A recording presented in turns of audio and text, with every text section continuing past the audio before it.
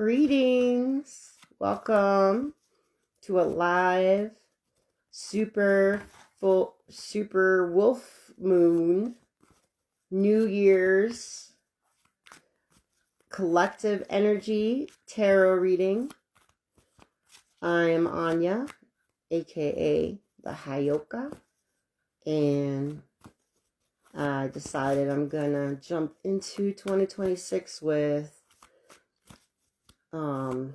a brief but special little tarot reading for the collective to tap into the vibes of this new year. And that's about it for my intro. Oh, I just wanted to point out that I tried to just several minutes ago to do this live, and not only did I get a message that said slow connection, so I hope this is actually coming out, but that's beyond my, control. So it is what it is. Whatever is meant to be will be. And then, not only that, but I got interrupted by my precious little son, who, not mad at. He didn't mean to. And then I had to basically delete it. And the reason I'm telling you guys this is because anything that happens during a reading or once a reading is initiated is part of that reading. It's not all about the cards, which I am shuffling, by the way, as I'm speaking here on this side. Getting the energies already and infusing the, getting the mental energy streamlined into this now moment, which I'll explain a little bit more about why it's important to be as now as possible.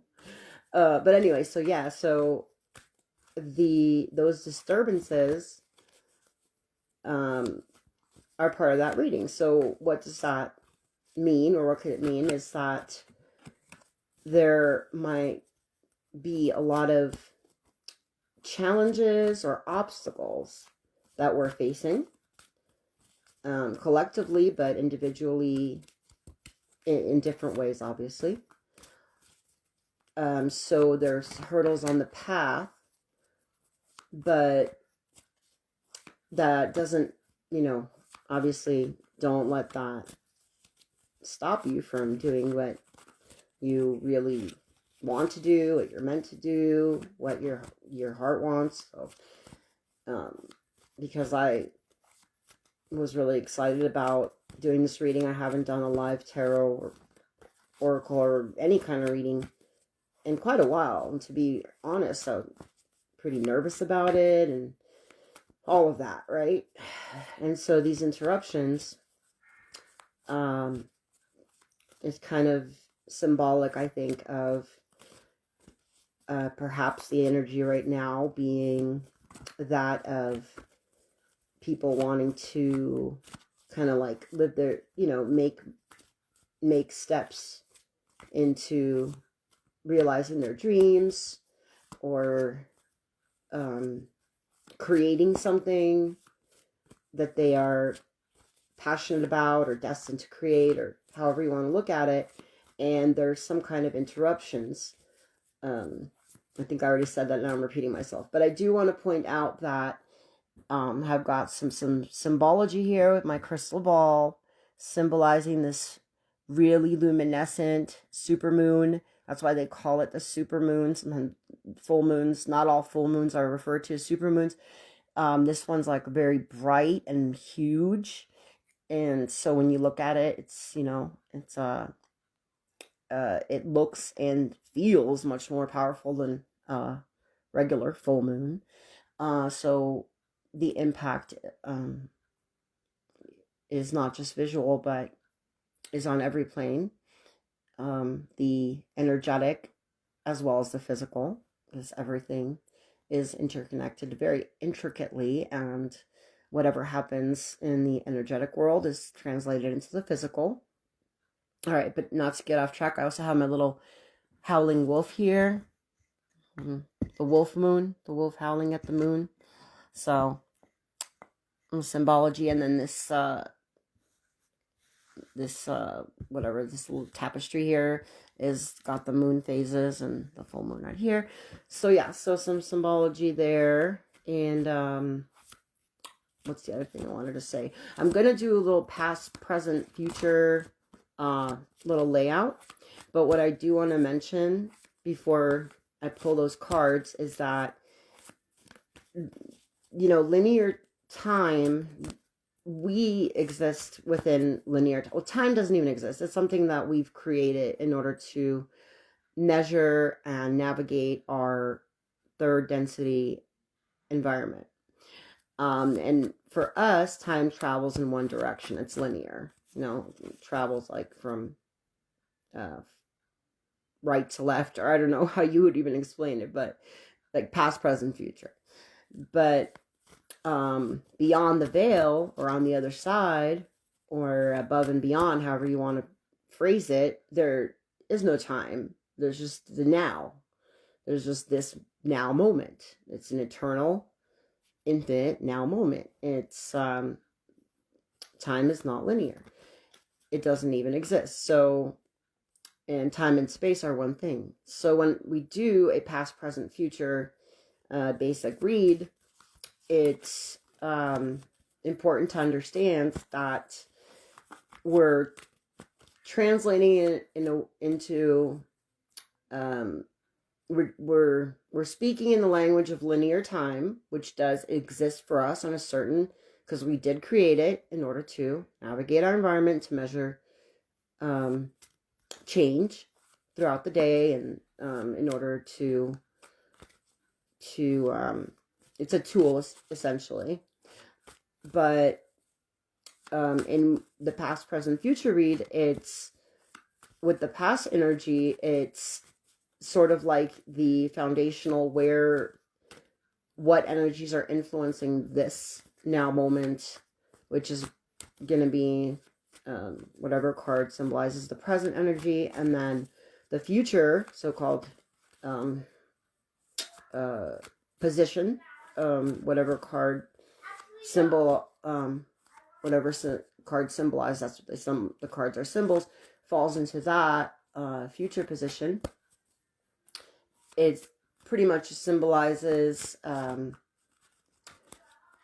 what will come of, based on the now energy, right? The present moment, collective energy, based on it right now, what is the most likely outcome. But nothing is set in stone, especially the future. So, and like I said, time doesn't even exist beyond the veil, or on the other side, or above, above and beyond our little 3D video game here on Earth. All right, so let's begin. I'm just going to intuitively choose here. Past, present, future, and this is mostly for 2026. Kind of like summarize, very generally, obviously in a very broad way, but just for fun, if nothing more, summarize like the energies of what 2026 is about for the collective, which is, when I say collective, is anyone and everyone who watches this, especially if you resonate with it. So we've got the past, King of Wands, King of Rods, or King of Wands. The present is the Four of Wands, Four of Rods, getting fire energy. And the future got the Two of Cups. Wow, very interesting here. So I'll explain them individually, and then I'll explain them kind of as one whole message. So the foundational energy, or the past energy, you can think of it as maybe 2025, and just the past in general, leading up to it.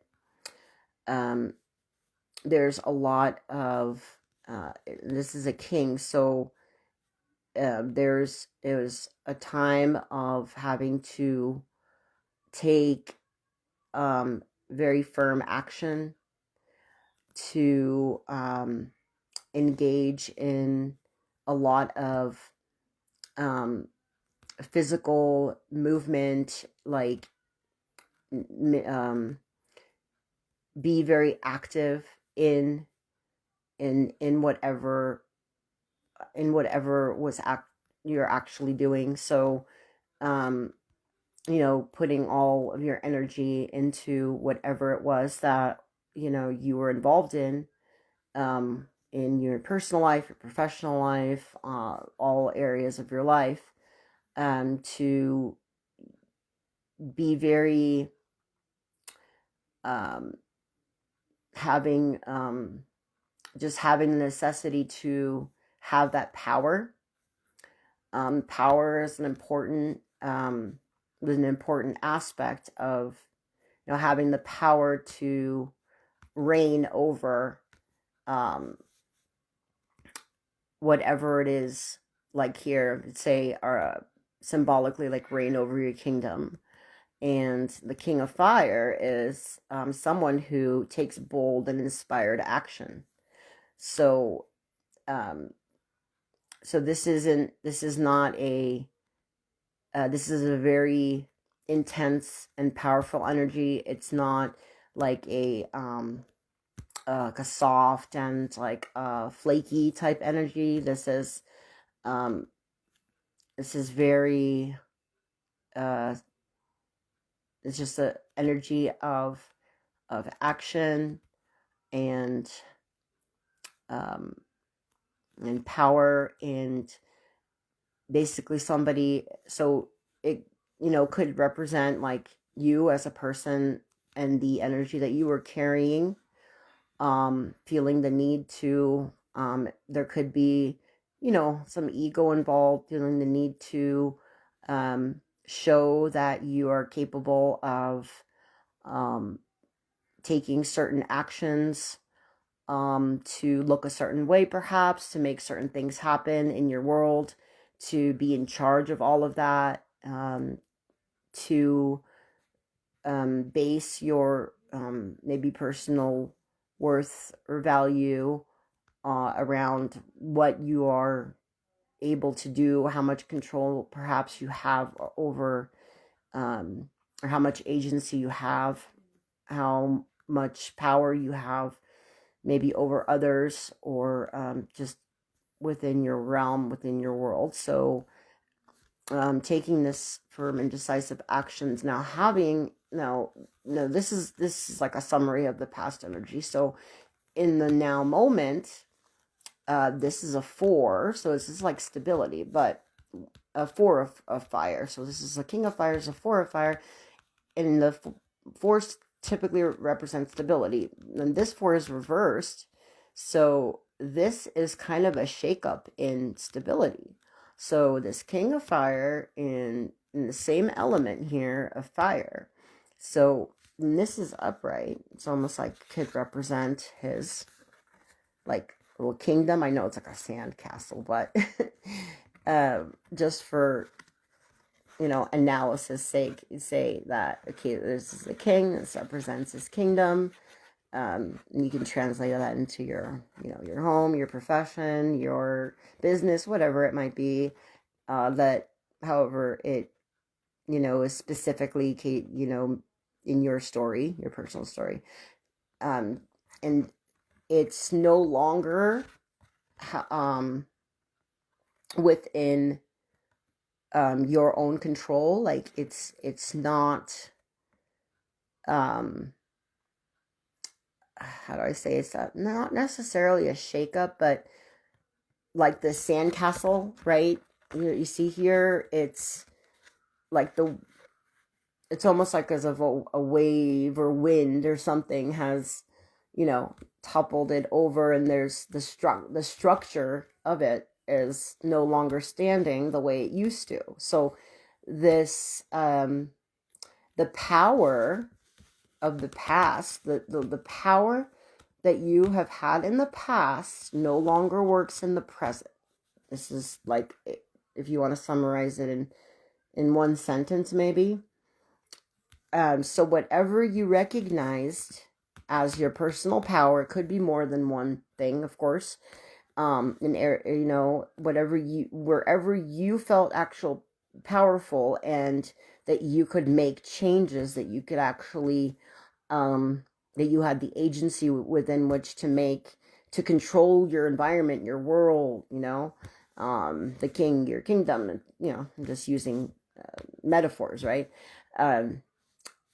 Whatever that power that gave you, that you valued, okay, for instance, in order to reign over your kingdom, in order to keep this castle up.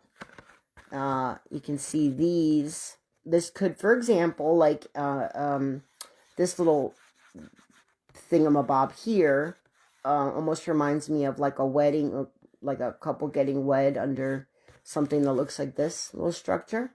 So as one example, it could represent potentially a relationship or marriage failing or no longer working, because it no longer is going to work with the actions that worked before in this now current present time.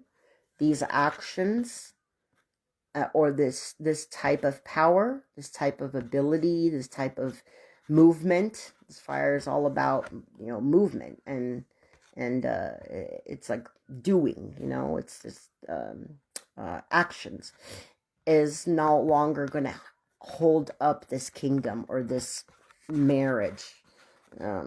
It's a kind of a metaphor I'm using here. For some, it could be that could actually be their story. It could be like a relationship that will no longer work on the actions that worked in the past, because this is an upright king, right? So he is this is in a positive position. He wasn't abusing his power in a negative way, but this is in the present. The structure no longer works. Change is, and that's where fives come in. Change is the only constant in this, especially in the eternal now moment. And this is not necessarily a bad thing,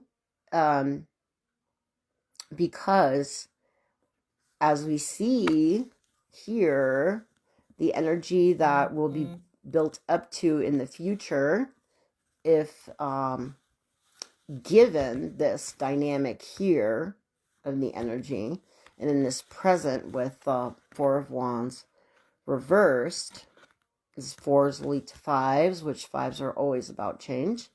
And we have here a balancing out with a Two of Cups. And now we're switching to water, the element of water, which is all about emotions and feelings, sensitivity, flow. It's associated with the flow. Could be romance, definitely associated very often with romance, as you guys can see here. So in the upright Two of Cups, both of these individuals, and now they're a guy and a girl, but really we can look at them as a masculine and a feminine, or a positive and a negative, a yin and a yang, something a little bit more broad like that, than the way they're pictured in the more traditional sense, because then you can expand your mind and see it as more than just the way it's pictured, which is important in tarot, I believe, especially in a reading that is so general and picks up energies of the collective, which is multiple people that are going to view this. And so their cups are full. This is an upright too. Their cups are full. There's a balancing out that is happening. Of the sandcastles no longer standing upright, and And so these four pillars of or rods, wands, they call them rods here, these that once stood are, no longer good enough for the current now, present, this 2026 new year. But this is a good thing because one way or another, it's associated with creating this balance, stability of water. Fire and water are like opposites, right? When it comes to the elements. And we have a whole lot of fire here with the king, being like the epitome of fire. The 10 of fire is like overload, right? And so let me see what else I can pick up just intuitively. Just sometimes I get lost in the talking.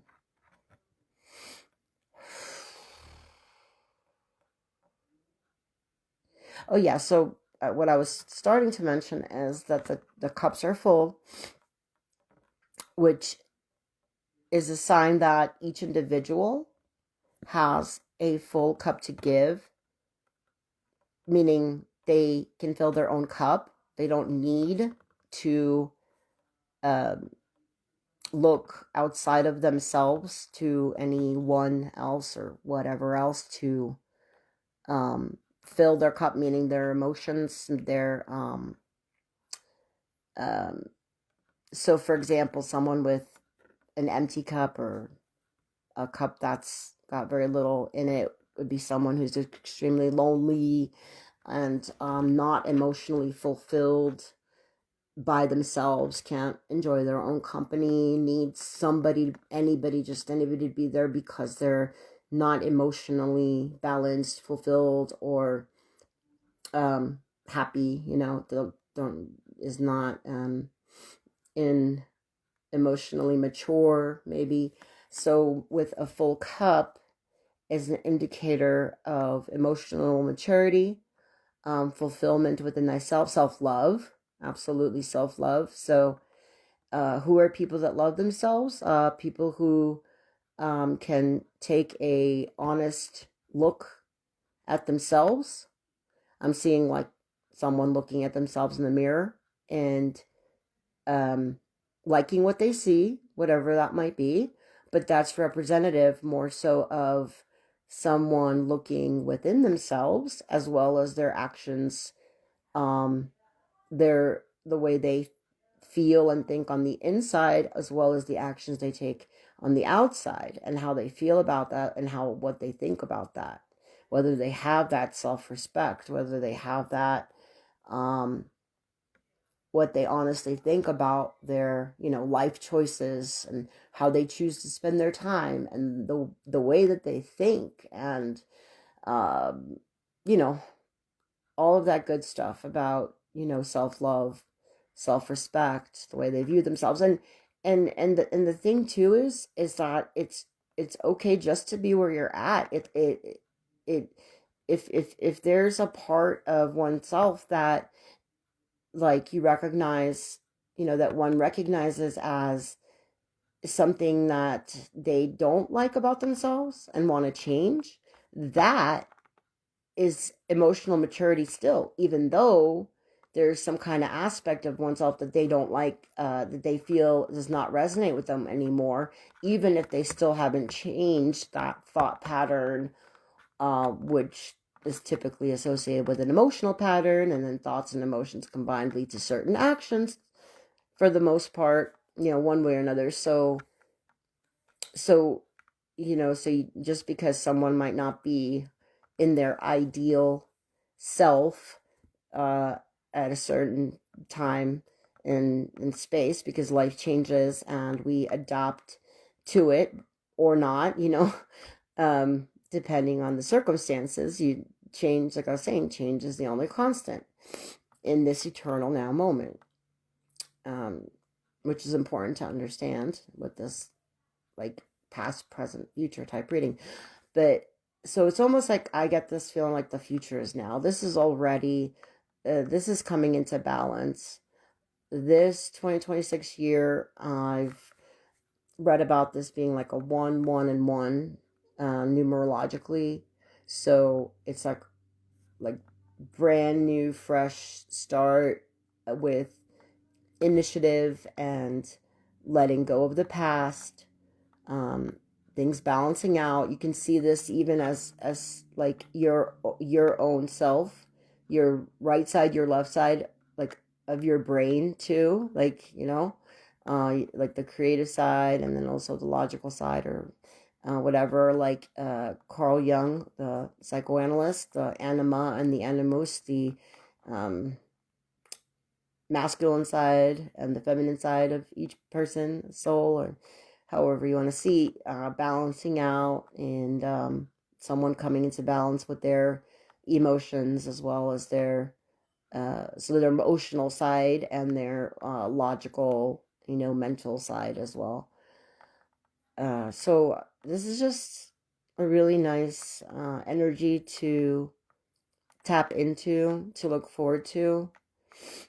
It could, for some of you guys, definitely represent a relationship that's matured to a very good, is maturing, or brand new relationship that's like a high level soulmate of some sort, or you will be meeting someone this year that is going to come at you with a full cup. You have a full cup. You don't need anybody to make you feel happy. You don't need anybody. You're welcoming, you might be single and open to a relationship, for instance, but you don't have the need of someone to be emotionally fulfilled. And so therefore you might attract that into your life, which is what typically happens, if that is something that you want, of course. So this card, yeah, definitely can represent a lot of different things for people. The Two of Cups is a nice card to see in the future position. So one, I just wanted to kind of point out that one storyline here is that how do I put this?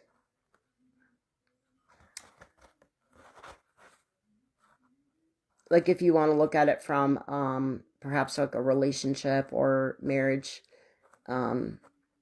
standpoint, for some of you this might be specifically about that this the masculine side of you, or the male in the relationship, the masculine in the relationship, was, it was important for them to have the control and power and the ability to and to take, all that action, and then that no longer worked for the relationship to, to stay steady and stable.